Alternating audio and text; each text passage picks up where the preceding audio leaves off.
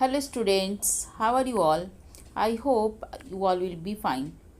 तो बच्चों हमने स्टार्ट किया था लाइफ प्रोसेस। तो आज हम लाइफ प्रोसेस के अंदर हमने न्यूट्रिशन वाला टॉपिक कंप्लीट कर लिया था, रेस्पिरेशन भी कंप्लीट कर लिया था। तो आज हम स्टार्ट करने वाले हैं ट्रांसपोर्टेशन। ठीक है, ट्रांसपोर्टेशन इन ह्यूमन पहले करेंगे, देन ट्रांसपोर्टेशन इन प्लांट करेंगे। राइट, तो चलिए स्टार्ट करते हैं हम। तो ट्रांसपोर्टेशन होता क्या है बच्चों? तो ट्रांसपोर्टेशन का मतलब होता है कि जो ग्लूकोज है या जो ऑक्सीजन है उसे हमें ना बॉडी के हर पार्ट में सेंड करना है। ठीक है, ग्लूकोज है, ऑक्सीजन है, या कोई भी ऑर्गेनिक या इनऑर्गेनिक सब्सटेंस है, तो बॉडी के हर पार्ट में यानी कि एवरी सेल के पास उसे सेंड करना है।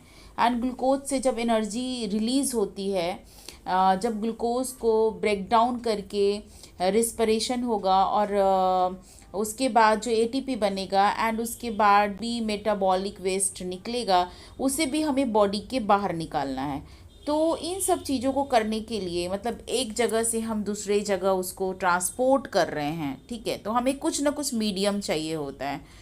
तो वो मीडियम क्या है? तो एज़ यू नो कि जो भी ग्लूकोज है या ऑक्सीजन है तो वो ब्लड के साथ मिक्स होकर के हर जगह ट्रांसपोर्ट होता है।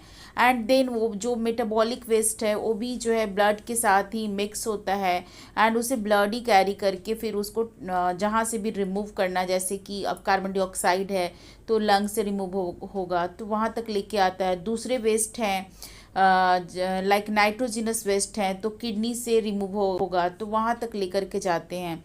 तो इन सब के लिए हमें ट्रांसपोर्टेशन मीडियम की ज़रूरत पड़ती है। ठीक है, यानी कि और ट्रांसपोर्ट करने की ज़रूरत पड़ती है। ठीक है, चलिए देखते हैं कि क्या लिखा है हमारे नोट्स में।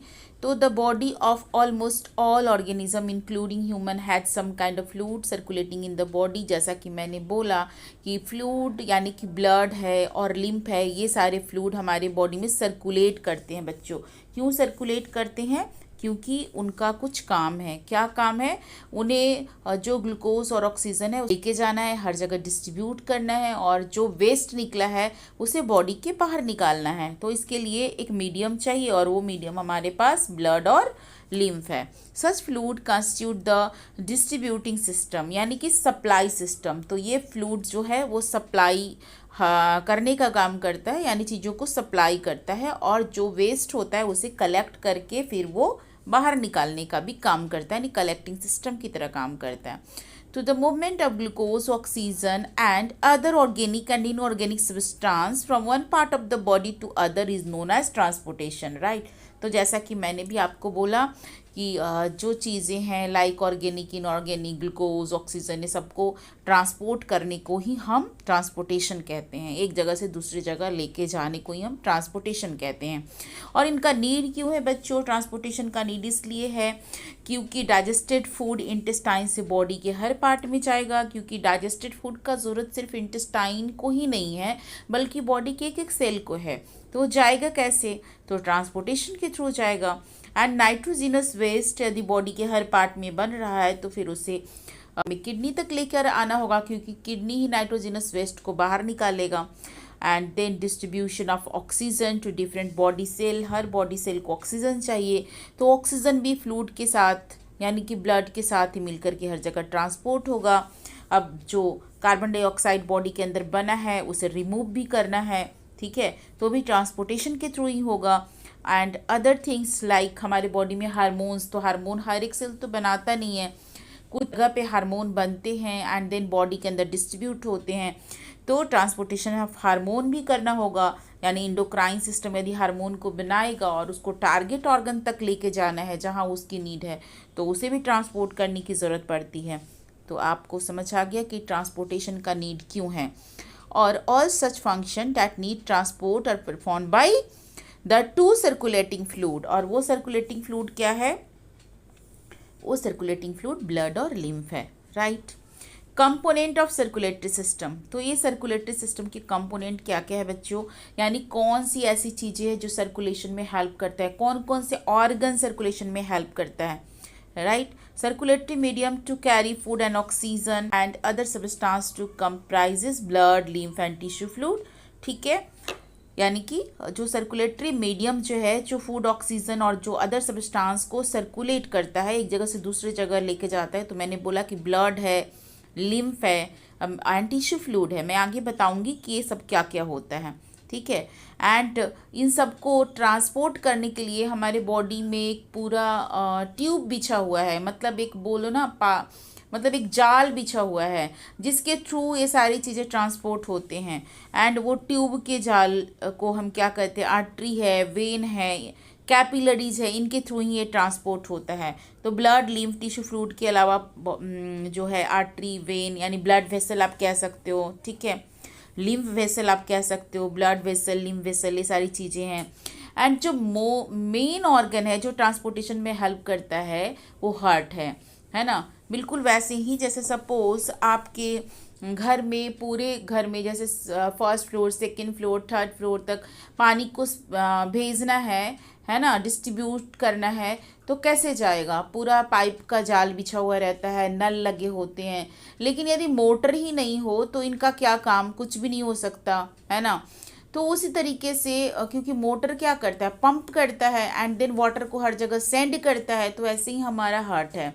हार्ट पंपिंग का काम करता है, वो पंप करेगा एंड देन हर जगह ब्लड और लिम्फ को सर्कुलेट करता है, राइट। तो यानी कि कंपोनेंट ऑफ सर्कुलेटरी सिस्टम की बात करें तो ब्लड वेसल है, लिम्फ वेसल है, ब्लड है, लिम्फ है, कैपिलरीज है एंड देन जो मेन ऑर्गन है वो हार्ट है। तो अब हम एक एक करके सारे चीज़ों को समझेंगे। तो सबसे पहले will start from the heart. तो हार्ट क्या होता है बच्चों? कि हार्ट एक मस्कुलर ऑर्गन है। एज यू नो, आपने अपने प्रीवियस क्लासेस में भी पढ़ा होगा कि हार्ट एक ऑर्गन है जो मसल का बना होता है और उसका साइज़ हमारे फिस्ट के साइज़ के बराबर होता है। यानी आपकी जो फिस्ट है, आपकी जो मुट्ठी है, आप उसे बंद करके देखो, आपका हार्ट का साइज़ उतना ही बड़ा होगा। Heart is contrary to popular belief is not on the left side of the chest, it is right in the centre between the two lung and above the diaphragm. तो लोग ये सोचते हैं कि हार्ट जो है वो लेफ्ट साइड है, लंग के लेफ्ट साइड में, पर ऐसा नहीं है, वो सेंटर में होता है, ठीक है। जैसे सपोज आपका इधर लेफ्ट लंग है ना, और इधर राइट लंग है और यहाँ पे स्टर्नम होता है ना, तो यहाँ पे आपका हार्ट सेंटर में होता है, ठीक है। और सेंटर थोड़ा सा वो लेफ्ट के साइड में टिल्टेड होता है, उसका जो लोअर बेस है ना, एपेक्स जिसे आप बोलते हो, जो कोनिकल इन शेप होता है और टिल्टेड होता है टुवर्ड्स द लेफ्ट, इसीलिए हमें लगता है कि हार्ट लेफ्ट में है, बट एक्चुअली हार्ट कहाँ होता है बच्चों? हार्ट जो है वो सेंटर में होता है।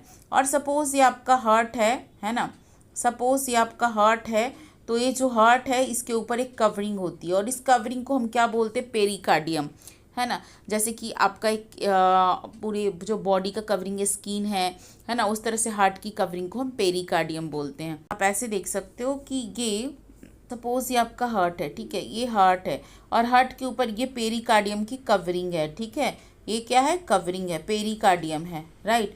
और ये बीच में जो जगह है ना, इसमें एक फ्लूइड भरा होता है, इस बीच वाले जगह में एक फ्लूइड होता है भरा हुआ, इसे हम पेरिकार्डियल फ्लूइड बोलते हैं, ठीक है। पेरिकार्डियल फ्लूइड बोलते हैं। क्यों, क्या काम है इसका? ये हमें इंजरी से बचाता है। मान लो कभी शॉक लगा आदि हार्ट में, तो ये फ्लूइड की वजह से ना हार्ट को जो है वो शॉक फील नहीं होगा, इस शॉक का ऑब्जर्वर का काम करता है और ये फ्रिक्शन और इंजरी से हमें बचाता है। हार्ट के अंदर कितने चैम्बर होते हैं? एज यू नो कि हार्ट को हम डिवाइड करते हैं। यदि हार्ट का स्ट्रक्चर हम देखें तो बच्चों ये हार्ट है और इसके स्ट्रक्चर यदि हम देखें तो इसे हम 4 चैम्बर में डिवाइड करते हैं, ठीक है। एक तो हार्ट का राइट साइड, इधर ये राइट साइड है और ये जो है हार्ट का लेफ्ट साइड है, ठीक है, ये लेफ्ट साइड है। एंड जो राइट साइड है तो ऊपर वाले पार्ट को हम ऑडिकल कहते हैं एंड नीचे वाले को वेंट्रिकल कहते हैं। तो राइट ऑडिकल हो गया, राइट वेंट्रिकल हो गया, लेफ्ट ऑडिकल हो गया and this is the left ventricle. तो इस तरह से हमारे हार्ट के 4 चैम्बर होते हैं, लेफ्ट ऑडिकल, राइट ऑडिकल, लेफ्ट वेंट्रिकल्स और राइट वेंट्रिकल्स। एंड चारों चैम्बर को डिवाइड करने वाला जो बीच का वॉल होता है इसको सेप्टम बोलते हैं और यहाँ पे डिवाइडर की तरह लगा होता है, लेकिन इसके बीच में थोड़ा सा गैप होता है और यहाँ पे से आप ये बोल सकते हो ना, एक वल्व होता है यहाँ पर जो इसको सेपरेट करके तो रखता ही है, लेकिन वल्व जो है वो डोर की तरह काम करता है, जैसे खुल जाता है और फिर क्लोज हो जाता है। जब ब्लड इधर से इधर आना होता है तो ये खुल जाता है, एंड देन जब ब्लड इधर आ जाता है यानी वेंट्रिकल्स में तो ये क्लोज हो जाता है। तो यहाँ पे एक वल्व होता है जिसे हम कस्पिड वल्व, यानी कि यदि वो राइट साइड में है तो उसको ट्राइकस्पिड वल्व बोलते हैं, और लेफ्ट साइड में है तो उसको बाइकस्पिड वल्व बोलते हैं। ठीक है, मैं आपको स्ट्रक्चर दिखाती हूँ इसका। तो बच्चों ये हमारे हार्ट का स्ट्रक्चर है। ठीक है, ये हमारे हार्ट का स्ट्रक्चर है। तो देखो हार्ट का ये वाला माने कि जो हार्ट का ब्लू वाला पार्ट ये देख रहे हो, और इधर रेड वाला पार्ट, और बीच से डिवाइडेड है, सेप्टम है। तो हार्ट दो पार्ट में डिवाइडेड होता है, राइट साइड और लेफ्ट साइड। लेफ्ट साइड आपको रेड कलर का दिख रहा है और राइट साइड ब्लू कलर का दिख रहा है। इसका मतलब कि राइट साइड में और डीऑक्सीजनेटेड ब्लड आता है, और राइट साइड में लेफ्ट साइड में ऑक्सीजनेटेड ब्लड आता है। यानी कि राइट साइड कैसा ब्लड कैरी करता है? डीऑक्सीजनेटेड, है ना, डीऑक्सीजनेटेड यानी कि जिसमें ऑक्सीजन नहीं हो। और लेफ्ट साइड कैसा ब्लड कैरी करता है? ऑक्सीजनेटेड, जिसमें ऑक्सीजन हो। और फिर राइट साइड को हम दो पार्ट में डिवाइड करते हैं, राइट ऑडिकल या एट्रियम और राइट वेंट्रिकस। ठीक है, तो ये आप वल्व देख रहे हो, वल्व ये ट्राइकस्पिड वल्व है। ये वल्व जब खुलता है तो यहाँ जो राइट एट्रियम में जब ब्लड भर जाता है और ये वल्व खुलता है, and then blood come to the right ventricles. ठीक है, और ये राइट एट्रियम में ब्लड कहाँ से कलेक्ट होकर के आ रहा है? ये देखो सुपेरियर वेना कावा जो बॉडी के ऊपर पार्ट से कनेक्ट होता है, और ये बॉडी के डीऑक्सीजनेटेड ब्लड को कलेक्ट करके superior vena cava right atrium में भरता है। And inferior vena cava body के लोअर पार्ट से ब्लड को कलेक्ट करता है, और उसको वो जो है उसको भी वो राइट एट्रियम में ही फिल करता है। ठीक है, तो इस तरह से आपने देखा कि हमारा जो राइट एट्रियम है वो रिसीविंग चैम्बर है, और कैसे ब्लड को रिसीव कर रहा है बच्चों? ये डीऑक्सीजनेटेड ब्लड को रिसीव कर रहा है। और जब राइट एट्रियम के अंदर ब्लड फिल हो जाता है तो ये वल्व जो है हमारा येलो कलर का, यहाँ ये वल्व ओपन हो जाता है ड्यू टू प्रेशर। और जब ये वल्व ओपन होता है तो all the blood which is inside the right atrium come into the right ventricles. सारे ब्लड राइट एट्रियम से कहाँ आएंगे?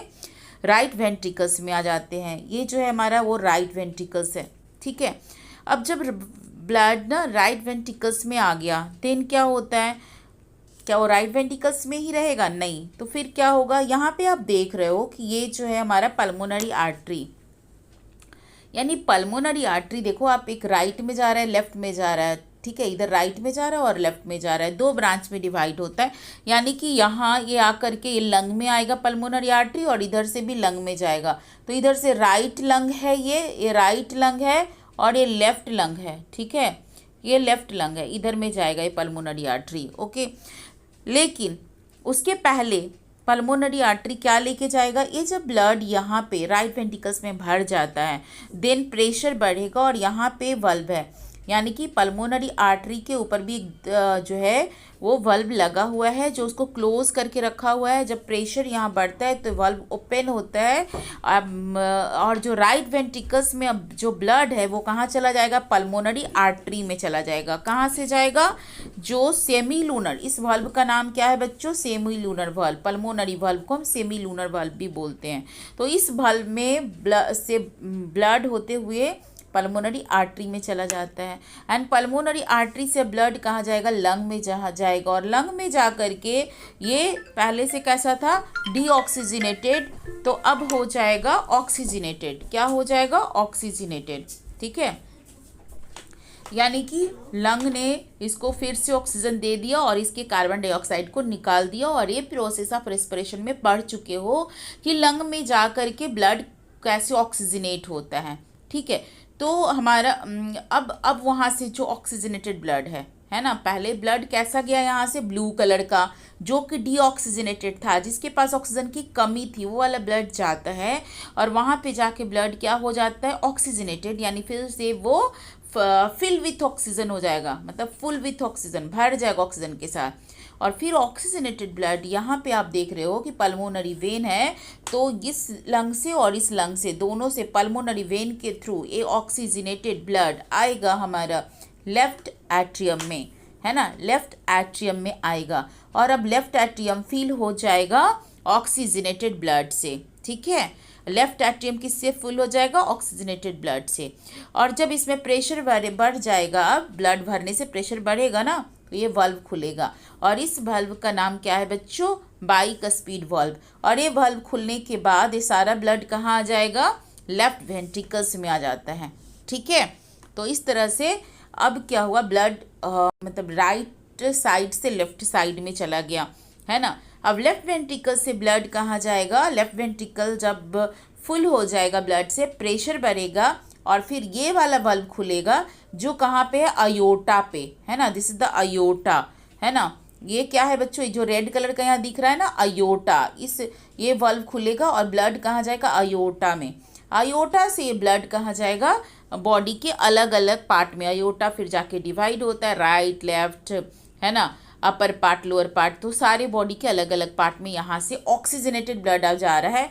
मतलब ये blood oxygen loaded with oxygen है और वो अब बॉडी के डिफरेंट पार्ट में जाएगा, ऑक्सीजन ले करके जाएगा और हर सेल तक जाएगा। वहाँ जाके वो क्या करेगा, ऑक्सीजन देगा एंड फिर से कार्बन डाइऑक्साइड ले लेगा और फिर से रेड ब्लड गया था और ब्लू कलर का वो चेंज हो जाता है। मतलब ऐसे हम सिंबॉलिक रिप्रेजेंटेशन करते हैं। एक्चुअली में ब्लड का कलर थोड़ा सा डल हो जाता है क्योंकि ऑक्सीजन निकलने के बाद, ठीक है, तो हम ब्लू कलर से उसको डिनोट करते हैं एंड फिर वो डीऑक्सीजनेटेड हो जाएगा।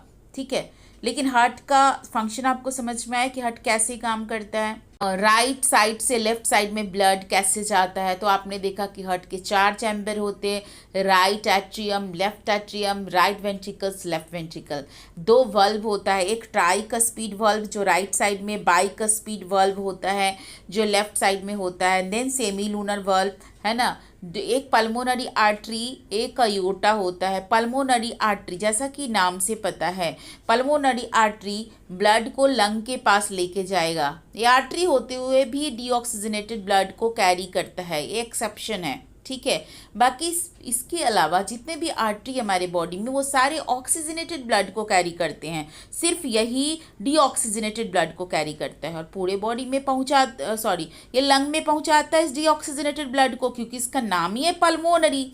और वहाँ से जो वेन निकल के आता है जो कैरी करता है ऑक्सीजनेटेड ब्लड को, उसका नाम है पल्मोनरी वेन, है ना। वैसे तो वेन पूरे बॉडी में डीऑक्सीजनेटेड ब्लड को कैरी करता है, लेकिन ये इकलौता वेन है जो ऑक्सीजनेटेड ब्लड को कैरी करता है, ठीक है।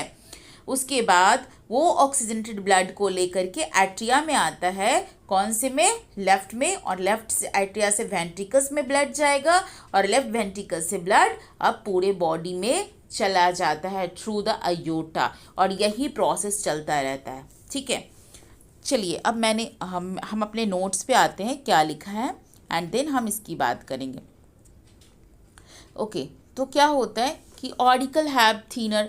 अब आप देखो कि एक चीज़ और देखो यहाँ पे कि ऑडिकल जो है ना बच्चों, ऑडिकल ये तो रिसीव करने का काम कर रहा है, चाहे ये ऑडिकल हो राइट या लेफ्ट, दोनों रिसीव कर रहा है, इनका कोई ज़्यादा काम है नहीं। इधर से पाइप से ब्लड आया, इसमें भर गया, इधर से आया और भर गया, जस्ट रिसीविंग चैम्बर है ना। दोनों ऑडिकल रिसीविंग चैम्बर है, लेकिन जो वेंट्रिकल है ना मेन काम वो करता है। तो जो लेफ्ट वेंट्रिकल है वो ब्लड को पुश करके कहाँ भेज रहा है, लंग के पास। कहाँ भेज रहा है, लंग के पास। तो इसको थोड़ा काम करना पड़ता है, पुश करने का काम लेफ्ट वेंट्रिकल्स कर रहा है ना। एंड जो राइट वेंट्रिकल है ना वो बहुत ज़्यादा पुश करने का काम करता है, उसको बहुत स्ट्रॉन्ग और तगड़ा होना पड़ेगा, क्योंकि वो पुश करके ब्लड को पूरे बॉडी में पहुंचाता है। तो यहाँ से पुश करेगा और जाएगा अयोटा में, और ये फोर्स इतना होना चाहिए कि पूरे बॉडी में ब्लड आसानी से पहुंच जाए, राइट। तो सबसे ज़्यादा काम कौन कर रहा है, लेफ्ट वेंट्रिकल्स, और सबसे कम काम तो दोनों ऑडिकल कर रहे हैं। तो ऑडिकल के वॉल थोड़े थीन होते हैं क्योंकि इनको ज़्यादा काम करना नहीं है। वेंट्रिकल्स का जो लोअर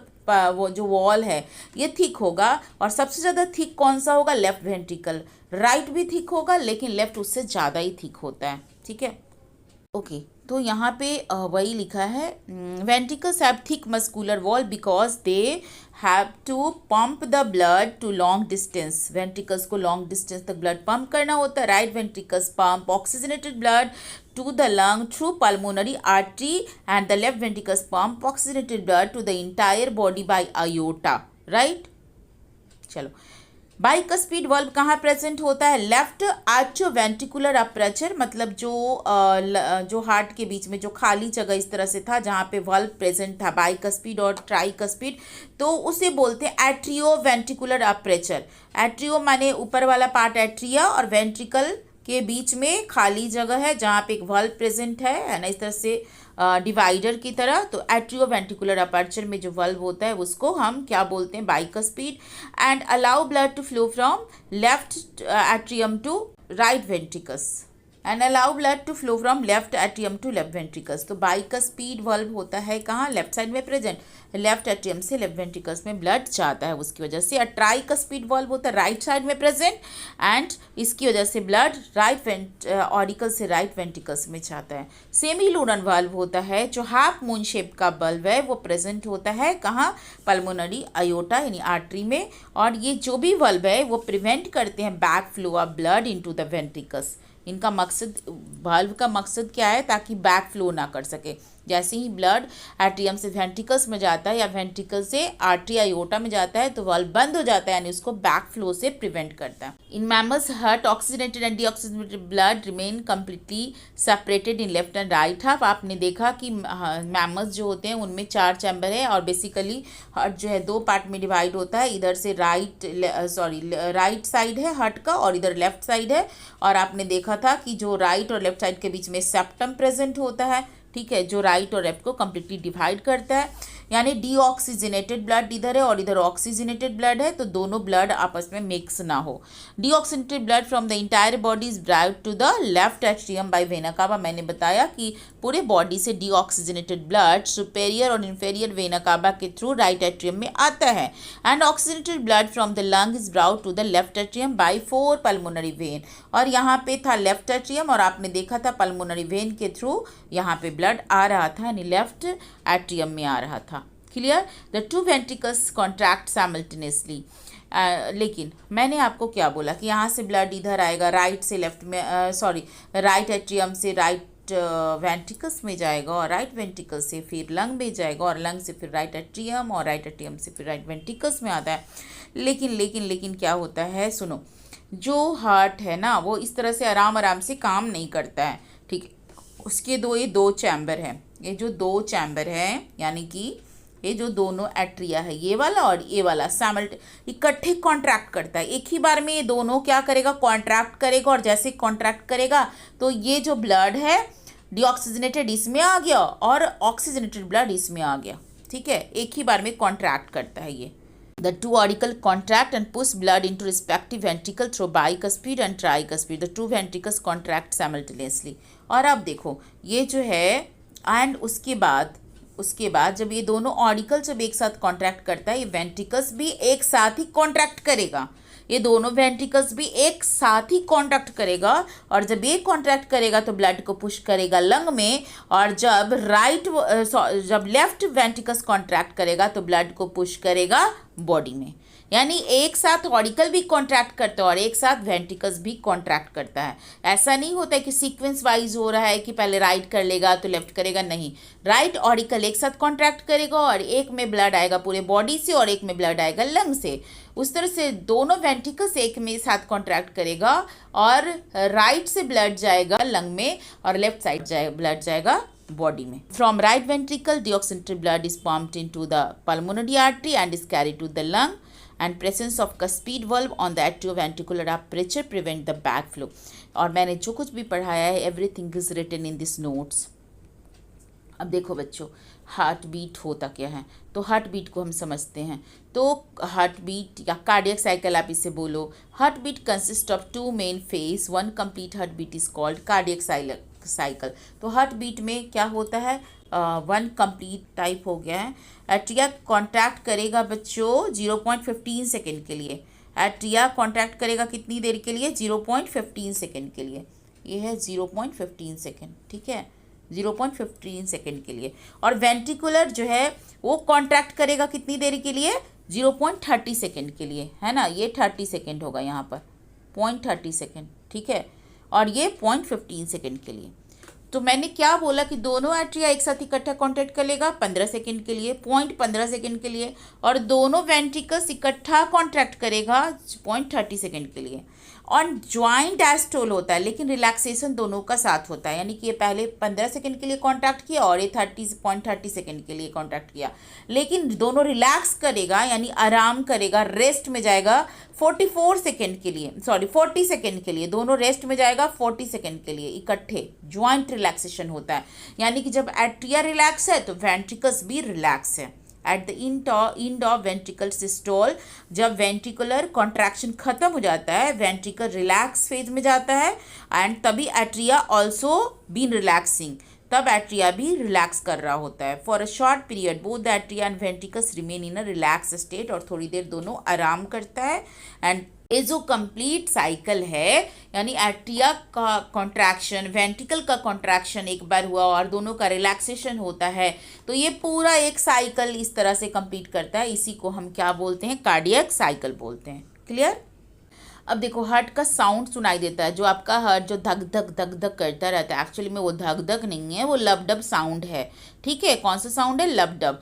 तो जब एट्रिया कॉन्ट्रैक्ट करता है, ठीक है, एंड सारा ब्लड मैंने आपको बोला कि यहाँ से जो है ये ब्लड जो है एट्रिया से इस वेंट्रिकल्स में आता है और यहाँ से जो है इधर आता है। तो जैसे ही ब्लड इधर आता है, यहाँ पे एक वाल्व होता है जो पट से बंद हो जाता है, ऐसे खटाक से आवाज़ के साथ बंद करता है।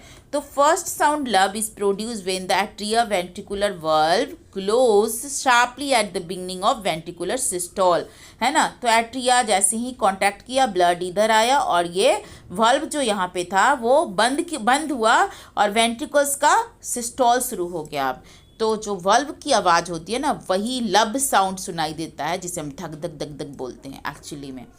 सेकेंड साउंड जिसे हम डब साउंड बोलते हैं, वो कब प्रोड्यूस होता है? When the semi lunar valve close at the beginning of ventricular systole. दूसरी बार एक वाल्व है, कौन सा? Semi lunar valve. और ये सेमी लूनर वाल्व कहाँ होता है बच्चों? जो हार्ट है, और हार्ट का यहाँ पर जो वाल्व है, यहाँ पर इसमें जो पल्मोनरी आर्टरी और आयोटा के पास जो वाल्व है सेमी लूनर, और जब वेंट्रिकल से ब्लड जब इसमें और इसमें चला जाता है और फट से ये जो वाल्व है वो फिर कट से बंद होता है, तो आवाज़ देता है डब। तो पहला जो साउंड है वो एट्रिया वेंट्रिकुलर वाल्व का है, यानी कि बाइकस्पिड और ट्राइकस्पिड वाल्व जो क्लोज होता है उसका है। जो दूसरा साउंड है जो सेमी लूनर वाल्व है उसका है। ठीक है, तो इस तरह से जो लब और डब साउंड जो आपको सुनाई देता है।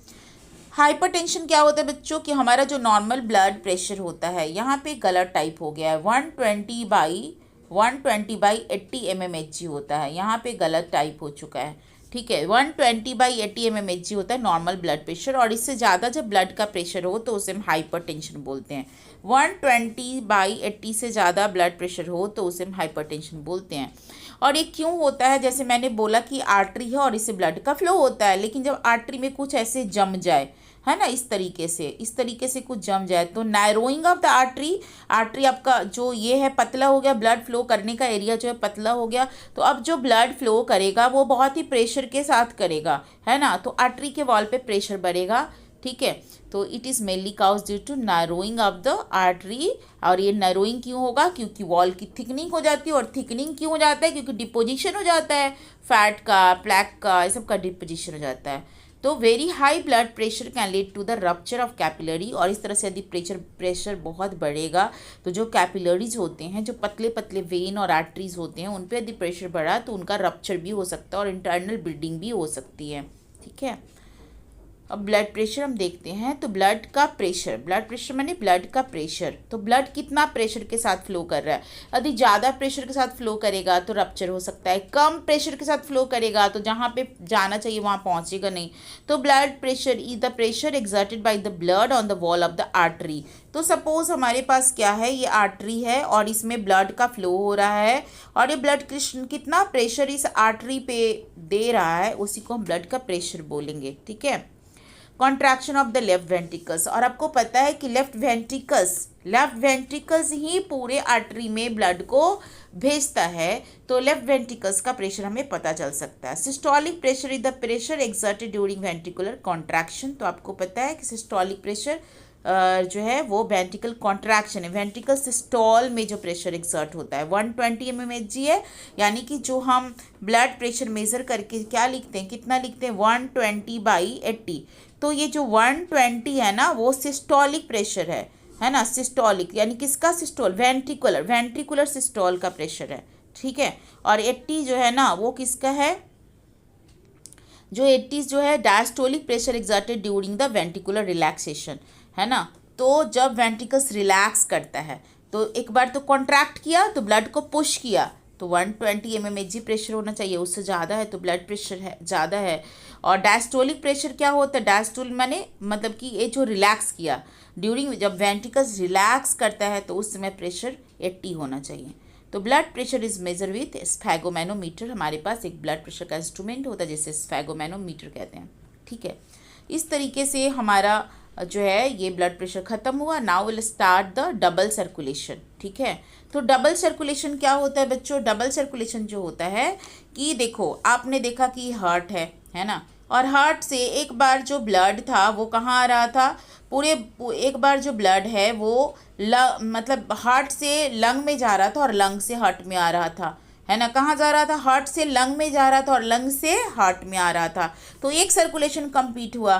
तो लंग के लिए हम पल्मोनरी वर्ड यूज़ करते हैं, तो इसको बोलेंगे पल्मोनरी सर्कुलेशन, ठीक है। दूसरा आपने क्या देखा कि हार्ट से ब्लड कहाँ गया, बॉडी में, और बॉडी से ब्लड कहाँ आया, फिर से अच्छा साफ खून तो बॉडी में गया और बॉडी फिर उसको गंदा कर देता है, फिर से ये कहाँ आता है, बॉडी से फिर से आता है हार्ट में, है ना। हार्ट से बॉडी में, बॉडी से हार्ट में। तो हार्ट बॉडी के लिए जो वर्ड यूज़ करते सिस्टेमिक, क्या वर्ड यूज़ करते सिस्टेमिक, तो इसलिए इसको बोलते सिस्टेमिक सर्कुलेशन। तो हमारे बॉडी में दो तरह का सर्कुलेशन हो रहा है, एक तो पल्मोनरी और दूसरा सिस्टेमिक सर्कुलेशन। तो आप देखो सर्कुलेशन में देखो क्या हो रहा है, हार्ट से यानी हार्ट से ब्लड जा रहा है लंग में और लंग से ब्लड जा रहा है, ब्लड आ रहा है फिर से हार्ट में।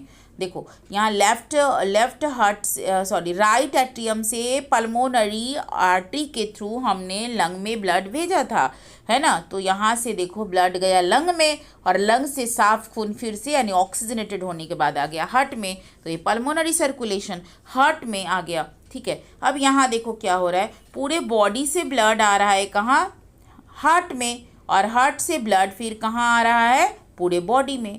पूरे बॉडी से ब्लड आ रहा है हार्ट में और हार्ट से ब्लड फिर कहाँ आ रहा है, पूरे बॉडी में, ठीक है। तो यहाँ पे पूरे बॉडी के साथ सर्कुलेशन एस्टेब्लिश हो रहा है, तो इसे बोलेंगे सिस्टेमिक सर्कुलेशन। तो दोनों सर्कुलेशन को मिला के हम बोलते हैं डबल सर्कुलेशन, ठीक है। यहाँ पे यही लिखा है pulmonary circulation. Pulmonary circulation is mean for the oxygenation of deoxygenated blood. तो पल्मोनरी में हम क्या कर रहे हैं, ऑक्सीजनेटेड कर रहे हैं ब्लड को। शॉर्ट है, देख रहे हो कि हार्ट के जस्ट बगल में पीछे जो है लंग है, तो शॉर्ट सर्कुलेशन है ना। पल्मोनरी आर्टरी ब्लड को लेके जाती है, कैसे ब्लड को, डीऑक्सीजनेटेड ब्लड को, और फिर से उसको ऑक्सीजनेटेड करके राइट वेंट्रिकल्स के थ्रू लंग में लेके आ जाती है, ठीक है। जो है पल्मोनरी आर्टरी क्या करता है, डीऑक्सीजनेटेड ब्लड को लेके जाता है राइट वेंट्रिकल से लंग में, ठीक है। एंड लंग में जा करके गैसेस एक्सचेंज होगा और फिर वहाँ से ऑक्सीजनेटेड ब्लड हार्ट में आ जाएगा और उसको लेके कौन आएगा, पल्मोनरी वेन। यही है पल्मोनरी सर्कुलेशन। सिस्टेमिक में क्या हो रहा है बच्चों कि पूरे बॉडी से डीऑक्सीजनेटेड ब्लड कहाँ आ रहा है, हार्ट में आ रहा है। हार्ट के कौन से पार्ट में आ रहा है, राइट ऑडिकल में आ रहा है, राइट एट्रियम में आ रहा है। Systemic circulation mean for supplying oxygen and nutrient to all part of the body, and ये लॉन्ग सर्कुलेशन होता है। और लेफ्ट वेंट्रिकल्स जो है थ्रू आयोटा ब्लड को कहाँ भेज रहा है, पूरे बॉडी में, और पूरे बॉडी से ब्लड कहाँ आ रहा है, पूरे बॉडी में ब्लड को सेंड करता है, ऑक्सीजनेटेड ब्लड को सेंड करता है। फिर से ब्लड जो है वहाँ पे गैसेस एक्सचेंज करता है टिश्यू में जा करके और डीऑक्सीजनेटेड हो जाता है, और डीऑक्सीजनेटेड ब्लड फिर से राइट एट्रियम में आ जाता है और वहाँ लेकर के कौन आता है, वेना कावा, ठीक है। और इस तरीके से सर्कुलेशन एस्टेब्लिश हो रहा है हार्ट और पूरे बॉडी में, तो यह है डबल सर्कुलेशन, ठीक है। अब हमारा नेक्स्ट टॉपिक जो है ब्लड वेसल। चूँकि वीडियो बहुत लंबा हो जाएगा इसलिए मैं ब्लड वेसल के बारे में, आर्टरी, वेन और कैपिलरीज के बारे में अपने नेक्स्ट वीडियो में बताऊंगी। Thank you.